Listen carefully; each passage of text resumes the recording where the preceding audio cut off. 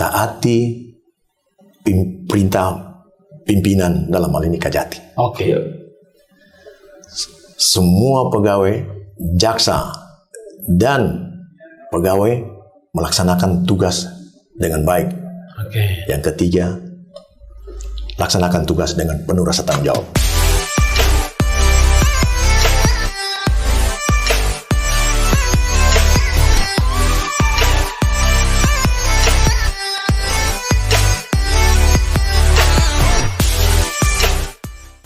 Assalamualaikum warahmatullahi wabarakatuh. Waalaikumsalam. Ketemu lagi di podcast Jaksa. Saya Dodi Ghazali Emil bersama saya Sultan Esmiana. Oke.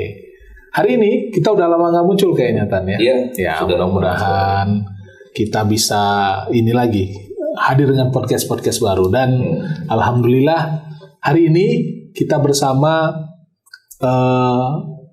Pak Johannes Tanak. Saya pertama kali melihat beliau waktu itu masih gagah bener Pak. Waktu Bapak ngajar kami TAK. Saya 602. Kemudian ketemu lagi Bapak lihat waktu jadi Kajari Karawang. Iya. Tambah gagah lagi. Tapi sekarang lebih gagah. Luar biasa. Sehat Bapak? Sehat, alhamdulillah sehat. Ya. Sejak dilantik sampai sekarang udah berapa lama Pak ya? Saya koreksi ya. Siap. Pimpinan KPK tidak dilantik. Oh, mama. Pimpinan KPK hanya sebagai pejabat negara hanya mengucapkan sumpah atau mengucapkan janji di hadapan presiden. Oh, bukan dilantik Pak ya? Bukan. Jadi kalau ada yang bilang dilantikan itu keliru. Oh. Pejabat negara cuma mengucapkan sumpah di hadapan presiden atau mengucapkan janji di hadapan presiden. Dan prosesnya dibacakan sendiri kan gitu? Dibacakan sendiri oleh yang bersangkutan di hadapan presiden. Oh, gitu. Di Istana Negara. Itu ilmu baru lagi. Ya. Jadi sama Pak Tanak ini kita bisa banyak belajar. Ya. Mohon maaf Pak, saya kenal dulu Bapak ahlinya perdata, ahlinya datun. Dan kemudian terakhir Bapak mengabdi di Kejaksaan menjadi Kajati Jambi Pak ya? Kajati di Sulawesi Tengah dan Kajati di Jambi. Kajati di Jambi. Ya. 2 kali jadi Kajati, 2 kali jadi direktur. Direktur di Tata Usaha Negara Jamdatun dan Direktur Intelijen di Jamdatun. Jamintel. Jamintel. Yes. Setelah dari Sulawesi itu Pak. Setelah dari Sulawesi jadi dari Direktur Tun. Kemudian jadi Direktur di Intelijen. Kemudian jadi Kajati di Jambi. Ya. Jadi 2 kali Kajati dan 2 kali direktur. Dan sekarang melanjutkan pengabdian di KPK. Mengabdi pada negara di KPK. Amin. Untuk memberantas korupsi. Bersama-sama dengan APH lain, aparat penegak hukum lain, yaitu polisi dan kejaksaan. Amin. Iya. Kita ini sebentar lagi 9 Desember Pak, 2022. Dalam rangkaian peringatan Hakordia, Hari Anti Korupsi Sedunia. Untuk apa kita peringati itu, Pak? Kita perlu memperingati itu karena di negara manapun, termasuk Indonesia, kejahatan terhadap kekayaan negara itu selalu ada. Ya. Di negara manapun juga, kejahatan terhadap kekayaan negara yang dilakukan dengan cara melawan hukum, yang merugikan keuangan negara, atau perekonomian negara dimanapun itu ada terjadi. Oleh karena itu dunia membuat kesepakatan untuk menetapkan 9 Desember sebagai Hari Anti Korupsi Sedunia dengan harapan nantinya ke depan tingkat perbuatan melawan hukum yang merugikan keuangan ataupun perekonomian negara itu bukan naik tapi menurun. Dengan demikian kehidupan masyarakat, bangsa dan suatu negara akan tercapai sebagaimana yang dimaksudkan dalam pembukaan Undang-Undang Dasar 1945 alinea keempat. Di alinea keempat juga ada tercantum Pancasila, khususnya sila kelima, keadilan sosial bagi seluruh rakyat Indonesia itu akan tercapai. Jadi negara bermaksud agar keadilan sosial bagi seluruh rakyat Indonesia, artinya negara masyarakat pun bisa makmur, tidak jadi susah. Tapi kalau uang negara yang bersumber dari rakyat diambil oleh orang-orang tertentu dengan cara melawan hukum, tentunya negara dalam konteks ini rakyat pun dirugikan. Sebagai contoh, harusnya uang negara melalui APBN yang dikumpulkan oleh negara dari rakyat harusnya untuk membangun irigasi. Tapi ternyata dikorupsi, irigasi tidak terbangun, siapa yang rugi? Rakyat juga. Karena petani tidak bisa membuka lahan sawah baru. Begitu juga hubungan darat dan laut. Kalau hubungan darat dan laut tidak terbangun, maka ekonomi akan tinggi. Petani akan menjual, biaya ekonomi tinggi. Tetapi dengan adanya transportasi darat dan udara yang lancar, maka ekonomi akan lebih baik. Saya agak menarikkan kita seperti ini, Pak. Cuman kadang-kadang yang saya lihat ini dalam prakteknya, seperti di negara kita ya, misalnya kita kan ada kontestasi, saya lihat misalnya kepala daerah lah, atau menjadi legislatif dan sebagainya untuk pemilihan. Kita melihat itu kan untuk biayanya itu besar. Kadang ada pemikiran orang gaji kepala daerah berapa sih? Untuk biaya yang keluar itu berapa sih gitu. Nah, hal-hal itu kan besar, Pak. Dan diduga itu akan dikembalikan ketika ada pada saat menjabat, ada anggaran dan sebagainya. Dan itu kan seperti, kalau menurut saya seperti siklus yang ya akan ketemu lagi dalam tahunan. Nah, kita punya way out nggak untuk itu, Pak? Kalau menurut Bapak nih, dalam pengalaman yang sudah kalau menurut saya, kalau dalam Undang-Undang 3199 tentang pemberantasan tindak pidana korupsi dan perubahannya 20 tahun 2001, perubahan atas undang-undang tentang pemberantasan tindak pidana korupsi, di situ mengatur dua cara melakukan pemberantasan tindak pidana korupsi. Pertama, pencegahan. Kedua, penindakan. Dalam konteks seperti yang Bapak maksudkan tadi, dalam konteks pemilu, idealnya APH, aparat penegak hukum, di sini perlu ikut berpartisipasi aktif dalam pelaksanaan kegiatan pemilu sejak awal. Kita harus perlu mendampingi KPU, Komisi Pemilihan Umum, dalam persiapan sampai pelaksanaan. Itu hal baru, Pak. Dari persiapan sampai pelaksanaan, kita perlu mendampingi. Karena apapun alasannya, di situ ada permasalahan hukum. Pertama, tidak mungkin mengadakan pemilu tanpa ada pengadaan. Membuat kotak suara, membuat kartu suara, membayar tenaga-tenaga yang diperlukan, menghadapi jalan dan semua ke tempat-tempat daerah terpencil yang begitu susah. Tentunya semua ini perlu biaya. Transportasi laut, transportasi darat, transportasi sungai, ini semua memerlukan biaya yang banyak. Nah, biaya ini dari mana? Ini biaya dari rakyat yang dikumpulkan oleh negara menjadi APBN, menjadi keuangan negara. Nah, di sini aparat penegak hukum seperti kepolisian, kejaksaan, dan KPK perlu ikut memonitor. Perlu bersama-sama dengan KPU supaya dana ini benar-benar difungsikan, dimanfaatkan dengan baik dan benar. Kemudian supaya KPU dapat menjalankan tugasnya dengan baik dan benar serta penuh rasa tanggung jawab. Dengan harapan nantinya pemilu benar-benar dilaksanakan dengan bebas, aktif sebagaimana bebas pemilihan dilaksanakan bebas bertanggung jawab sebagaimana yang dimaksudkan dalam undang-undang tentang pemilu tentunya.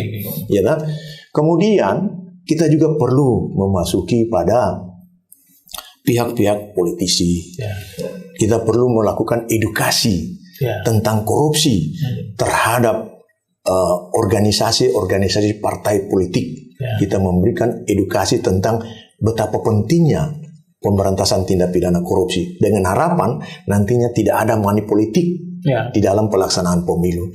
Dengan demikian diharapkan ke depan didapatkan pimpinan-pimpinan negara yang penuh rasa tanggung jawab, yang tidak nantinya tidak akan koruptor, yang nantinya dia tidak perlu biaya seperti yang Bapak bilang tadi. Betul. Bahwa pengeluaran biaya sekian, dan dia perlu menggantikan pada saat dia menjabat. Dan ketika pemilu dilaksanakan dengan baik, karena kita sudah melakukan edukasi baik terhadap penyelenggara maupun peserta dan yang memilih, yang akan dipilih dan yang akan memilih, maka pelaksanaan pemilu kita harapkan dapat berjalan dengan baik, terlaksana dengan baik, dan masyarakat dapat memilih pemimpin-pemimpin yang benar-benar yang sesuai dengan harapan. Iya, betul. Dan dia tidak perlu lagi mengharapkan ada lagi dapatkan biaya yang dia keluarkan akan terganti pada saat dia menjadi pimpinan. Karena dia pada saat dipilih tidak ada biaya, maka dia pun pada saat dia menjabat, dia tidak perlu ada pengembalian biaya. Iya, betul. Seperti yang Bapak maksudkan. Betul, Pak. Karena pencegahan itu ternyata salah satu yang sangat penting, Pak. Upaya yang sangat penting yang dilakukan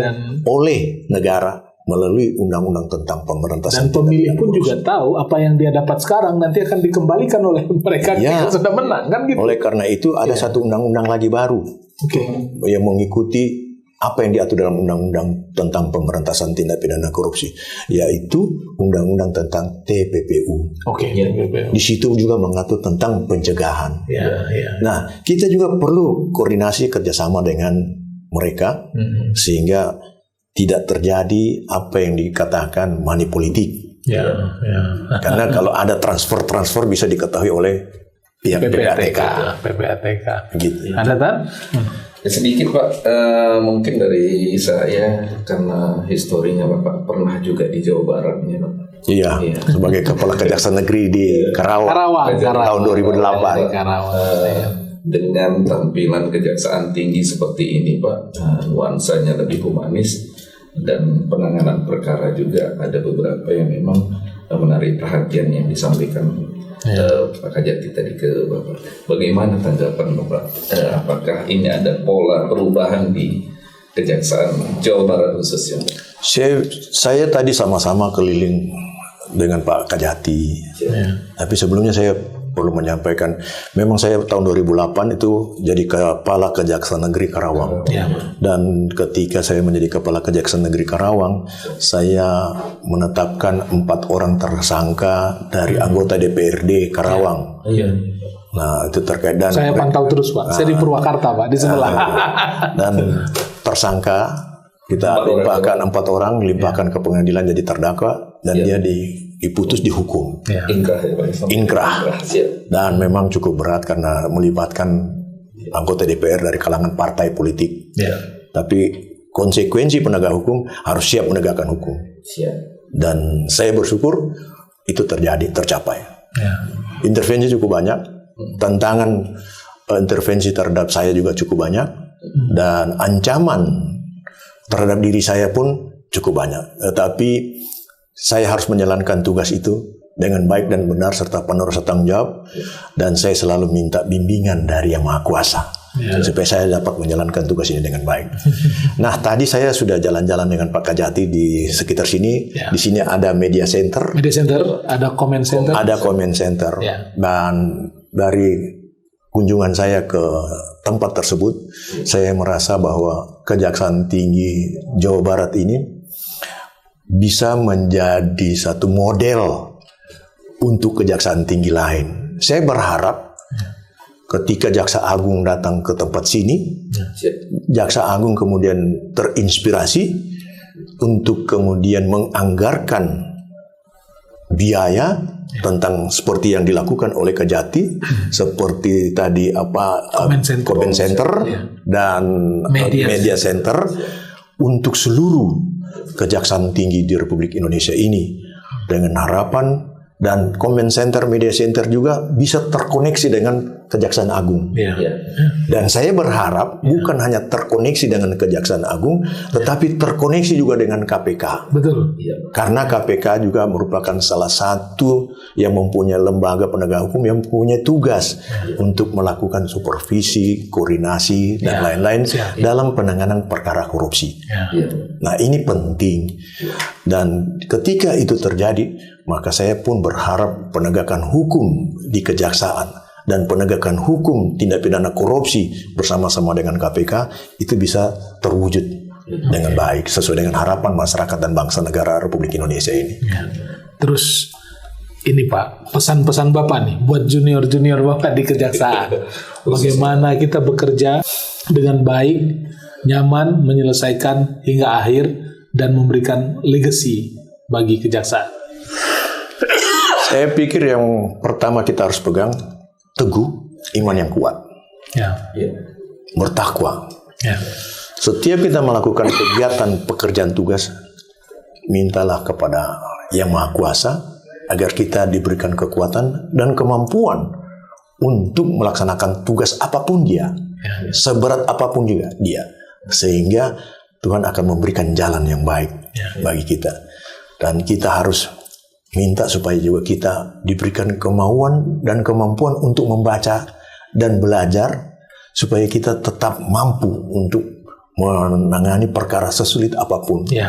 Karena ketika kita menjalankan tugas dan menangani perkara hanya melihat berkas, tanpa kita dimodali dengan pengetahuan ilmu hukum dan ilmu-ilmu lain dan pengetahuan tentang peraturan perundang-undangan, maka niscaya kita tidak akan bisa melaksanakan tugas itu dengan baik dan benar serta penuh rasa tanggung jawab. Kemudian dalam menjalankan tugas, kita selalu ingat bahwa hidup, maut, rezeki, jodoh itu urusannya Yang Maha Kuasa. Kalau begitu, urusan kita apa? Kerja saja. Kerja saja. Kerja saja. Tuhan yang akan memberikan rezeki itu. Dan tidak usah berharap. Kerja saja. Tidak usah berharap naik pangkat, tidak usah berharap mendapat jabatan. Karena semuanya itu dari Allah. Dari Maha Kuasa, bukan dari manusia. Sederhana kalau kita mau berpikir, pimpinan negara ketika dia ingin menjadi pimpinan negara, dia minta sama siapa? Betul. Pertama pada Tuhan. Kalau begitu kita, apa perlu kita minta sama dia? Jadi pertanyaan, bukankah kita juga bisa meminta langsung kepada Tuhan? Murah langsung kan? Tidak susah kan? Tidak perlu bayar. Kita minta aja sama Tuhan. Tuhan, berikan saya rezeki. Makan Allah paling cuma kita, tugas kamu kan kerja. Kerjalah sesuai dengan porsimu. Kerjalah profesional, proporsional, dan penuh rasa tanggung jawab. Tanggung jawab pada diri sendiri, tanggung jawab pada keluarga, tanggung jawab pada bangsa dan negara, dan terutama tanggung jawab pada Tuhan. Maka kita akan sukses dalam menjalankan tugas negara yang dibebankan kepada kita.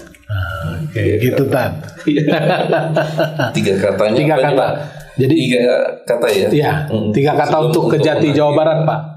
Sebelum mengakhiri podcast kita ini, 3 kata untuk Kejaksaan Tinggi Jawa Barat. 3 kata. 3 kata. Kata pertama. Taati perintah pimpinan, dalam hal ini Kejati. Semua pegawai, jaksa, dan pegawai melaksanakan tugas dengan baik. Yang ketiga, laksanakan tugas dengan penuh rasa tanggung jawab. Siap. Terima kasih Pak. Alhamdulillah.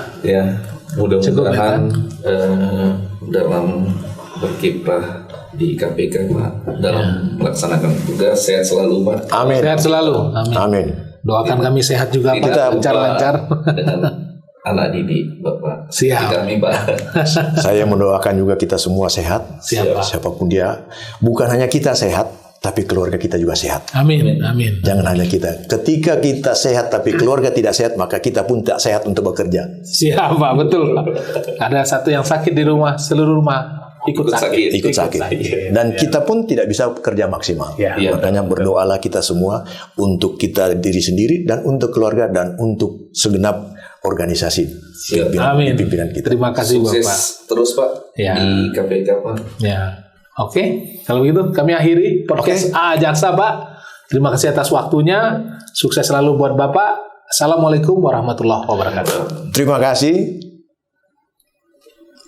Mari kita bersama-sama berantas korupsi. Siap. Demi bangsa dan negara. Amin. Siap. Indonesia maju. Indonesia maju.